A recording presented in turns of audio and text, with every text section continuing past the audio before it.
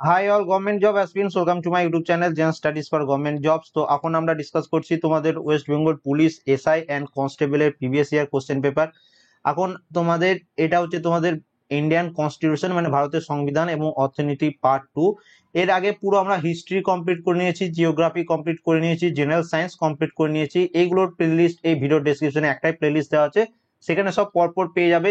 এবং তোমরা আমাদের টেলিগ্রাম চ্যানেল জয়েন করে নেবে। তোমাদের জন্য দুটো টেলিগ্রাম চ্যানেল আছে, একটা মেইন টেলিগ্রাম চ্যানেল যেটা হচ্ছে তোমাদের জবস কি একাডেমি, আর একটা হচ্ছে ডাব্লিউবিএসআই অ্যান্ড কনস্টেবল, এটা শুধুমাত্র ডাব্লিউবিপির জন্য। এখানে শুধুমাত্র পিডিএফ, আমি ফ্রি পিডিএফ গুলো যতগুলো আছে সব এখানে পোস্ট করে দিয়েছি, তো ডাউনলোড করবে এবং পড়বে। এবং তোমাদের এই হিস্ট্রি, জিওগ্রাফি প্লাস জেনারেল সায়েন্সের যে প্রিভিয়াস এর কোশ্চেন সব কিন্তু এই দুটো গ্রুপের মধ্যে যে কোনো দুটো গ্রুপেই পোস্ট করা আছে, তুমি যেখান থেকে খুশি ডাউনলোড করে নিয়ে পড়ে নেবে। ওকে, তোমাদের পরীক্ষায় খুব কাজে লাগবে। এছাড়া আমাদের ফেসবুক পেজ এবং ফেসবুক গ্রুপ রয়েছে, চাইলে জয়েন করতে পারো। এবং সবাই একটা নোটিফিকেশন, সেটা হচ্ছে তোমাদের 1 থেকে 128 পর্যন্ত মক টেস্টে তোমাদের 7000 জিকের একটা নোট বানানো হয়েছে তোমাদের পরীক্ষার জন্য টার্গেট রেখে। WBSI, lady SI prelims, WB constable prelims plus mains plus excise constable mains এক্সামের জন্য তোমাদের জন্য খুব ইম্পর্টেন্ট। লাস্ট যে তোমাদের ডাব্লিউবি এক্সাম হয়েছিল সেখানে এখানে আউট অফ 50 কোশ্চেন 35 কোশ্চেন এই নোটটা থেকেই কমন এসেছিল। তো খুব ভালোভাবে এটার প্লেলিস্ট ভিডিও ডেসক্রিপশনে দেওয়া রয়েছে এবং এটার পিডিএফ বাই লিঙ্ক এই ভিডিও ডেসক্রিপশনে পেয়ে যাবে।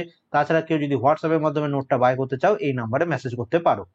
আমাদের তোমাদের টোটাল 17টা প্রিভিয়াস ইয়ারের এক্সাম হয়েছে ডাব্লিউবি, এসআই এন্ড কনস্টেবল মিলে। আজকে এই 4 থেকে 8 পর্যন্ত যতগুলো প্রিভিয়াস ইয়ার রয়েছে সমস্ত কিছু আমরা আজকে ক্লাসের মধ্যে ডিসকাস করব।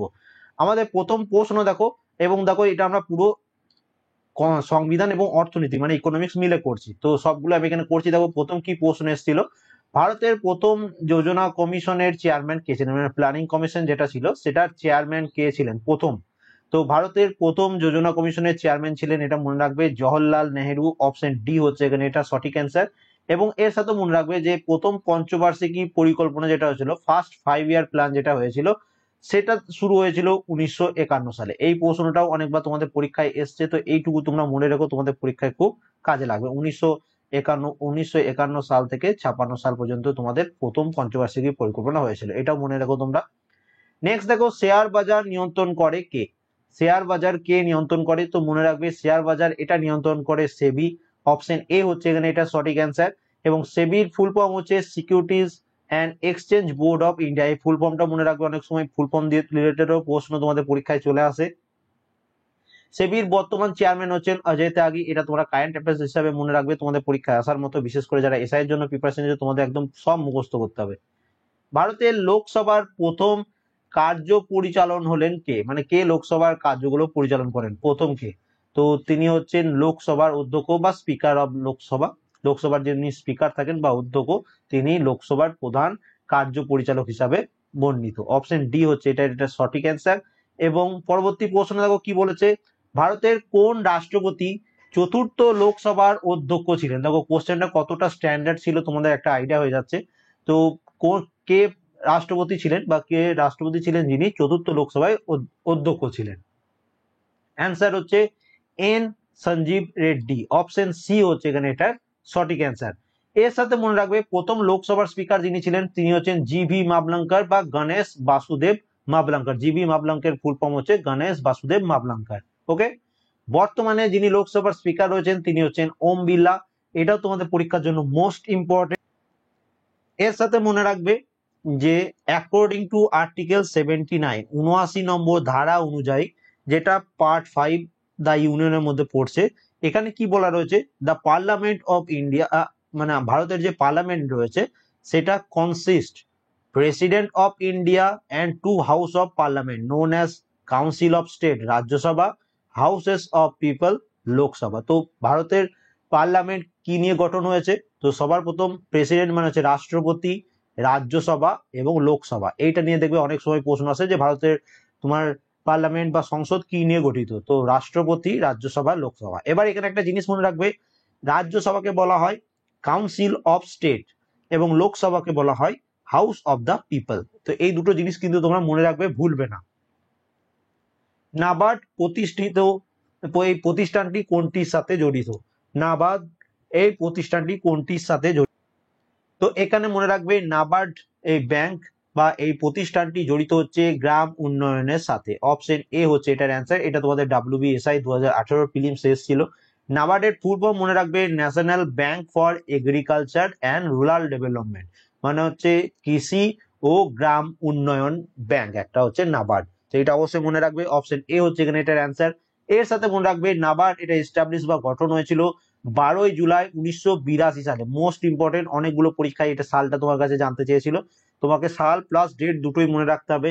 এবং এর সাথে মনে রাখবে বর্তমানে নাবার্ডের যিনি চেয়ারম্যান তিনি হচ্ছেন গোবিন্দ রাজুলু চিন্টালা। গোবিন্দ রাজুলু চিন্টালা তিনি হচ্ছেন নাবার্ডের বর্তমান চেয়ারম্যান, এটাও মনে রাখবে। নিম্নোক্ত কোন ভারতীয় টাকা ভারত সরকার দ্বারা মুদ্রিত হয়? ভারত সরকার দ্বারা মুদ্রিত হয় কোন টাকা? তো ভারত সরকার দ্বারা মানে গভর্নমেন্ট অফ ইন্ডিয়া দ্বারা মুদ্রিত হয় 1 টাকার। অপশন ডি হচ্ছে এখানে এটা সঠিক অ্যান্সার। এবং এর সাথে মনে রাখবে বিভিন্ন মুদ্রা জারি করা ভারতীয় রিজার্ভ ব্যাংক দ্বারা নিয়ন্ত্রিত হয়। কত মুদ্রা যেগুলো রয়েছে আমাদের সেগুলো জারি করা ভারতীয় রিজার্ভ ব্যাংকের নিয়ন্ত্রণাধীনে থেকে থাকে। তো এটা অবশ্যই মনে রাখবে, মানে কে নিয়ন্ত্রণ করে এমন প্রশ্ন আসতে পারে, তো রিজার্ভ ব্যাংক অফ ইন্ডিয়া। পদে থাকাকালীন কোনো ভারতীয় রাষ্ট্রপতি মারা গেলে উপরাষ্ট্রপতি রাষ্ট্রপতি রূপে কাজ চালাতে পারেন। এইটা সবসময় মনে রাখবে, রাষ্ট্রপতি ভারতে যিনি বর্তমান রাষ্ট্রপতি আছেন তিনি কোনো ছুটিতে গেলেন বা তিনি মারা গেলেন, তার তখন তার যে পদটা সেটা কে সামলাবে? তখন যিনি উপরাষ্ট্রপতি থাকবেন তিনি সামলাবেন। এবার মনে করো রাষ্ট্রপতিও ছুটিতে গেলেন, উপরাষ্ট্রপতিও ছুটিতে গেলেন, তখন তার পদটা কে সামলাবেন? যিনি chief justice of supreme court থাকবেন তিনি সেই পদটা সামলাবেন। এবার দেখো এইটুকু তো তোমরা জানলে। এবার এখানে প্রশ্নটা কি বলেছে দেখো, যে ভারতের এক সেকেন্ড ভারতের রাষ্ট্রপতি মারা গেলে উপরাষ্ট্রপতি সেই রাষ্ট্রপতি রূপে কাজ চালাতে পারেন কতদিন পর্যন্ত, সেটা তোমার কাছে জানতে চেয়েছে। তো মনে রাখবে ম্যাক্সিমাম 6 মাস পর্যন্ত সেই কাজটি চালাতে পারেন। অপশন এ হচ্ছে এখানে এটার সঠিক অ্যান্সার। এর সাথে মনে রাখবে আর্টিকেল 63 মানে ধারা 63 যেটা রয়েছে আমাদের সংবিধানে, সেখানে বলা রয়েছে যে একজন ভাইস প্রেসিডেন্ট থাকবেন, the vice president of India, এটা বলা রয়েছে আর্টিকেল 63 বা ধারা 63। এরপর যেটা চলে আসে সেটা হচ্ছে 64 নম্বর ধারা আর্টিকেল 64। এখানে কি বলা রয়েছে দেখো, দ্য ভাইস প্রেসিডেন্ট মানে যিনি উপরাষ্ট্রপতি to be the ex officio chairman, তিনি এক্স অফিসিও চেয়ারম্যান হলেন council of state. Council of state কাকে বলেছিলাম? রাজ্যসভাকে। মানে তিনি যিনি উপরাষ্ট্রপতি থাকবেন, ভাইস প্রেসিডেন্ট বা উপরাষ্ট্রপতি যিনি থাকবেন তিনি রাজ্যসভার এক্স অফিসিও চেয়ারম্যান থাকবেন। অনেক সময় প্রশ্ন থাকে যে ex officio of chairman of Rajya Sabha কে, তখন কি অ্যান্সার করবে? উপরাষ্ট্রপতি, মানে যিনি বর্তমান উপরাষ্ট্রপতি থাকবেন তিনি হবেন x officio chairman of Rajya Sabha বা কাউন্সিল অফ স্টেট। তো দুটোই মনে রাখতে হবে তোমাকে। আরেকটা ইম্পর্টেন্ট যেটা সবসময় মনে রাখবে, আর্টিকেল 66 66 নম্বর যে আর্টিকেল রয়েছে সেখানে বলা রয়েছে ইলেকশন অফ ভাইস প্রেসিডেন্ট, উপরাষ্ট্রপতি নির্বাচন, এই পুরোটা বলা রয়েছে 66 নম্বর ধারাতে। তাহলে তোমরা যখন ইন্ডিয়ান কনস্টিটিউশনের মোস্ট ইম্পর্টেন্ট আর্টিকেল গুলো পড়বে তখন এই আর্টিকেল গুলো যেন তোমাকে পড়তেই হবে, মানে এগুলো তোমাদের জন্য মোস্ট ইম্পর্টেন্ট উপরাষ্ট্রপতির জন্য। তো এই 3টে আর্টিকেল মোস্ট ইম্পর্টেন্ট, এটা অবশ্যই মনে রাখবে।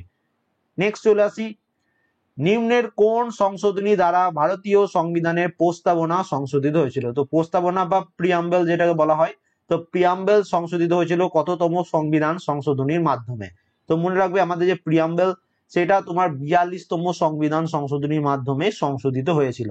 অনেক সময় প্রশ্ন আসে যে 42তম সংশোধনী এটা কত সালে হয়েছিল? তো 1976 সালে, মনে রাখবে, এটাও তোমাদের পরীক্ষার জন্য ইম্পর্টেন্ট। এর সাথে মনে রাখবে the 42nd amendment change the description of India, ভারতের যে সংজ্ঞা সেটা 42তম সংবিধান সংশোধনীর মাধ্যমে চেঞ্জ করা ছিল। কি চেঞ্জ করা ছিল? প্রথমে কি ছিল ভারত? ভারত ছিল সোভেরিয়ান ডেমোক্রেটিক রিপাবলিক, এটা ছিল ভারত। কিন্তু পরবর্তীকালে এই 42তম সংবিধান সংশোধনীর মাধ্যমে কি হয়? Sovereign socialist secular Democratic Republic এটা হয়ে যায়। এবং তার সাথে আরেকটা চেঞ্জ হয়, সেটা কি হচ্ছে? ইউনিটি অফ দ্য নেশন, ভারতকে বলা হতো ইউনিটি অফ দ্য নেশনস, এটা চেঞ্জ হয়ে যায় unity and integrity of the Nations. এবং অনেক সময় মনে রাখবে, এটাও তোমাদের পরীক্ষায় আসে, এই যে 42তম সংবিধান সংশোধন হয়েছিল যেটা 1976 সালে, এখানে টোটাল 3টি নতুন ওয়ার্ড যুক্ত হয়েছিল আমাদের সংবিধানে। কি কি যুক্ত হয়েছিল? এক দেখো সোশ্যালিস্ট, সেকেন্ড হচ্ছে সেকুলার, এবং এই থার্ড হচ্ছে ইন্টিগ্রিটি। এই 3টে ওয়ার্ড আমাদের সংবিধানে যুক্ত হয়েছিল। ওকে, এটাও মনে রাখবে। এবং এই 42তম সংবিধান সংশোধনীকে মিনি কনস্টিটিউশনও বলা হয়। এটাও তোমার অনেক সময় পরীক্ষায় আসে যে মিনি কনস্টিটিউশন কততম সংবিধান সংশোধনীকে বলা হয়, তো এই 42তম সংবিধান সংশোধনীকে মিনি কনস্টিটিউশনও বলা হয়। কোন অনুচ্ছেদ অনুযায়ী ভারতীয় সংবিধান সংশোধন করা যায়, এটাও তোমাদের WBSI, এবং এটা অলরেডি আগে 3-4টে তোমাদের প্রিভিয়াস ইয়ার WBSI এর পরীক্ষায় চলে এসছে, তোমরা দেখবে আগের ক্লাসটা যারা দেখেছো। তো এই সংবিধান সংশোধনী কত নম্বর আর্টিকেলে রয়েছে, তো এটা রয়েছে 368 নম্বর ধারাতে। তোমাদের কাছে একটা হোমওয়ার্ক দিচ্ছি, হোমওয়ার্ক হচ্ছে এই যে তোমার সংবিধান সংশোধনী এটা কোন দেশের সংবিধান থেকে নেওয়া হয়েছে, এটা হচ্ছে তোমাদের প্রত্যেকের হোমওয়ার্ক। এই ভিডিওর ডেসক্রিপশনে ভিডিওটা শেষ হয়ে যাওয়ার পর কমেন্ট করবে, যে সবার আগে কমেন্ট করবে তার কমেন্ট আমি পিন পোস্ট করে দেবো। ওকে, এবার দেখো 360 নম্বর যেটা ধারা রয়েছে সেটাতে আমরা আগের দিনই পড়েছিলাম, ফিনান্সিয়াল এমার্জেন্সির কথা বলা রয়েছে, তো এগুলো একটু মনে রাখবে। দেখো 370 নম্বর দ্বারা জম্মু কাশ্মীরকে স্পেশাল স্ট্যাটাস দেওয়া ছিল, যেটা বর্তমানে রদ করে দেওয়া হয়েছে, এটাও মনে রাখবে। নেক্সট চলে আসি, ভারতের কোন রাজ্য জম্মু কাশ্মীরের পরে দ্বিতীয় রাজ্য রূপে কেন্দ্রের অনুমতি সাপেক্ষে রাজ্যের নিজস্ব পতাকা চালু করতে চলেছে। এটা অ্যাকচুয়ালি তোমাদের 2018 সালের মানে কনস্টিটিউশন রিলেটেড কারেন্ট অ্যাফেয়ার্স ছিল, তো এটা এই বছর তোমাদের কোনো কাজে লাগবে না। এটা অ্যান্সার হচ্ছে কর্ণাটক। কর্ণাটক পরবর্তীকালে 2019 ও 2020-তে এটা আবার রদ্দ করে দিয়েছিল, তো এটা জাস্ট কারেন্ট অ্যাফেয়ার হিসেবে এসেছিল, তবু তোমরা জেনে রাখা উচিত। পরবর্তী প্রশ্ন, ভারতীয় সংবিধানের 50 নম্বর ধারাটি যে বিষয়ের সাথে যুক্ত তা হলো কি? এটা দেখো WBSI অফ এক্সাইজ 2018-তে এসেছিল, তো এটা একটাই কনস্টিটিউশন থেকে প্রশ্ন এসেছিল WBSI অফ এক্সাইজ এক্সামে, প্রিলিমস এর কথা বলা হচ্ছে। ওকে, তো 50 নম্বর ধারাটি আমাদের সংবিধানের কোনটির সাথে সম্পর্কিত? তো 50 নম্বর ধারায় বলা রয়েছে যে বিচারক বর্গকে কার্যনির্বাহী গণের থেকে আলাদা করা। মানে কি, যে আমাদের আর্টিকেল 50 কি বলছে, সেপারেশন অফ জুডিশিয়ারি, মানে এই বিচারক বর্গকে ফ্রম দ্য এক্সিকিউটিভ, কার্যনির্বাহী গণ থেকে আলাদা করা, এটা আমাদের 50 নম্বর ধারায় বর্ণিত রয়েছে। ওকে, পরবর্তী প্রশ্ন, ভারতের রাষ্ট্রপতি নির্বাচিত হন কেমন ভাবে? এটা তোমাদের SI 2019-এর প্রশ্ন। তো মনে রাখবে, ভারতের রাষ্ট্রপতি নির্বাচন হন সংসদের সদস্য এবং রাজ্য আইন পরিষদের সদস্যগণ দ্বারা।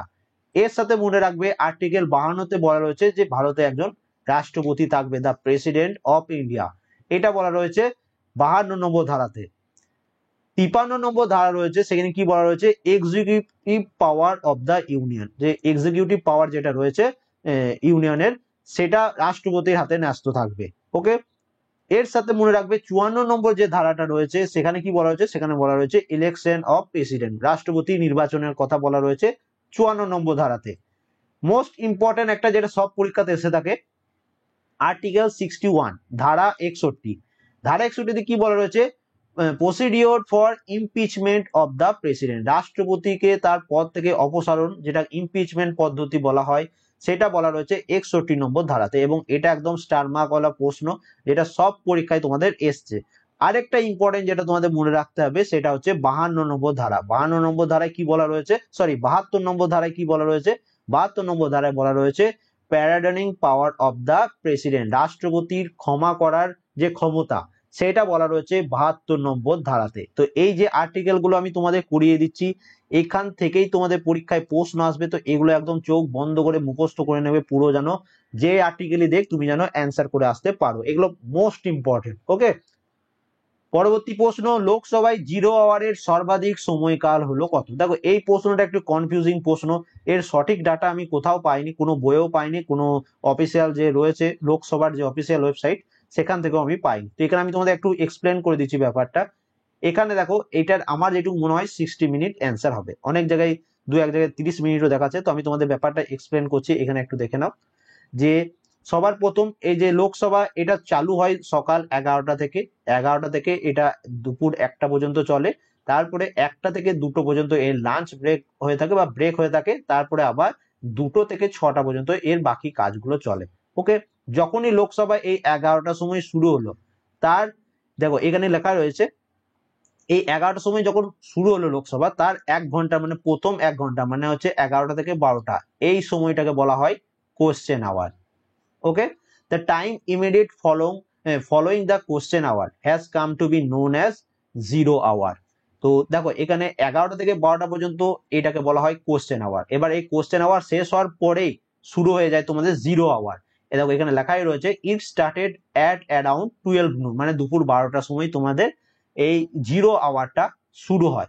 এবং তারপরে দেখো এখানে কি লেখা রয়েছে, important bills, budget and others issue national importance take place from 2 PM onwards. তারপরে আবার বাকি যে কাজগুলো থাকে সেগুলো আবার 2টো থেকে তোমার শুরু হয়ে যায়। দেখো প্রথম তো 11টা থেকে 1টা পর্যন্ত তোমার টাইম, তো তার মধ্যে প্রথম 1 ঘন্টা মানে 11টা থেকে 12টা পর্যন্ত এখানে তোমার কোশ্চেন আওয়ার হয়ে গেল। এবং তারপরে যেটা পড়ে রয়েছে তারপরে শুরু হচ্ছে তোমাদের এই 0 আওয়ার। তো 0 আওয়ার তোমার টাইম যেটুকু পড়ে রয়েছে 12টা থেকে 1টা পর্যন্ত। তো এই অনুযায়ী আমি এখানে তোমাদের 60 মিনিট অ্যান্সার বলতে, তাও আবার এখানে সর্বাধিক কতক্ষণ বলেছে। ওকে, এরপর দেখো 1টা থেকে 2টো পর্যন্ত লাঞ্চ টাইম হয়ে গেল, আবার 2টো থেকে বাকি 6টা পর্যন্ত বাকি কাজ শুরু হয়ে গেল, লোকসভার যে কাজগুলো থাকে। তো সেই অনুযায়ী আমি এখানে 60 মিনিট অ্যান্সার বললাম।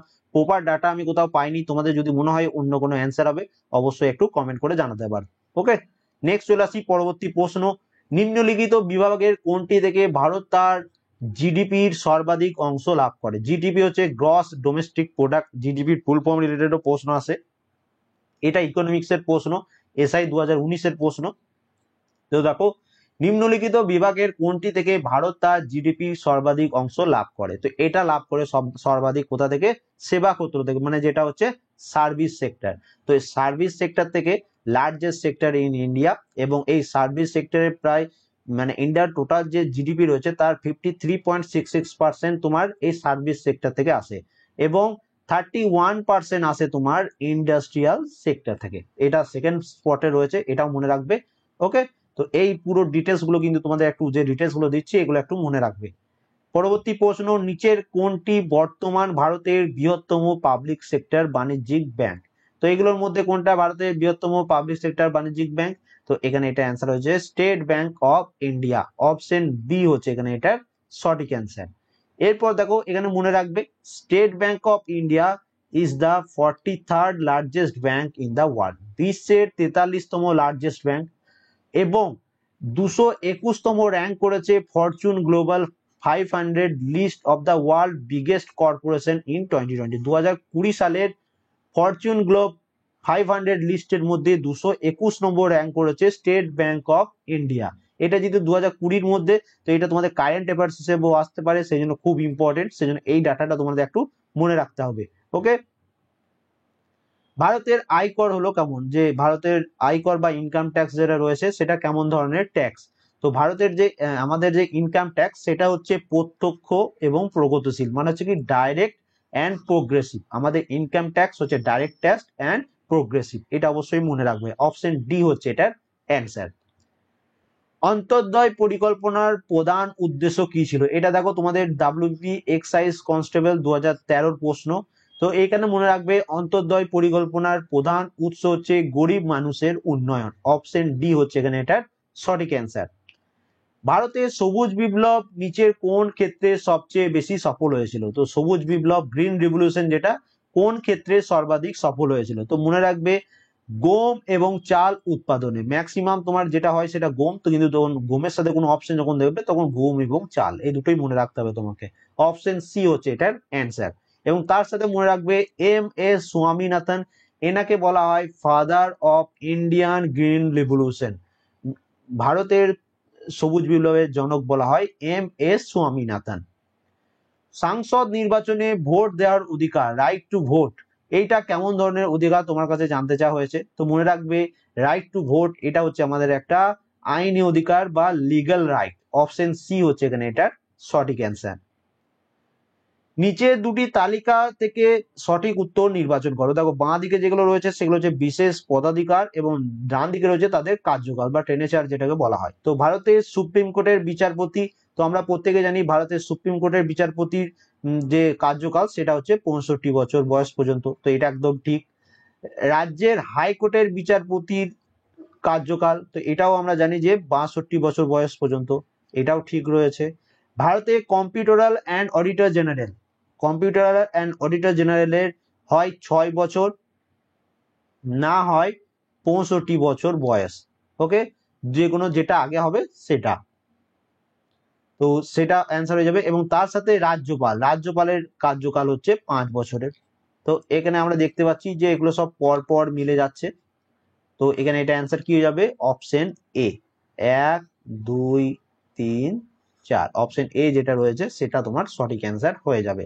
তো এই বিভিন্ন কার্যকাল, রাষ্ট্রপতি কত দিনের মানে কত বছর পর্যন্ত, উপরাষ্ট্রপতি কত বছর পর্যন্ত, এগুলো একটু তোমরা ভালোভাবে পড়বে।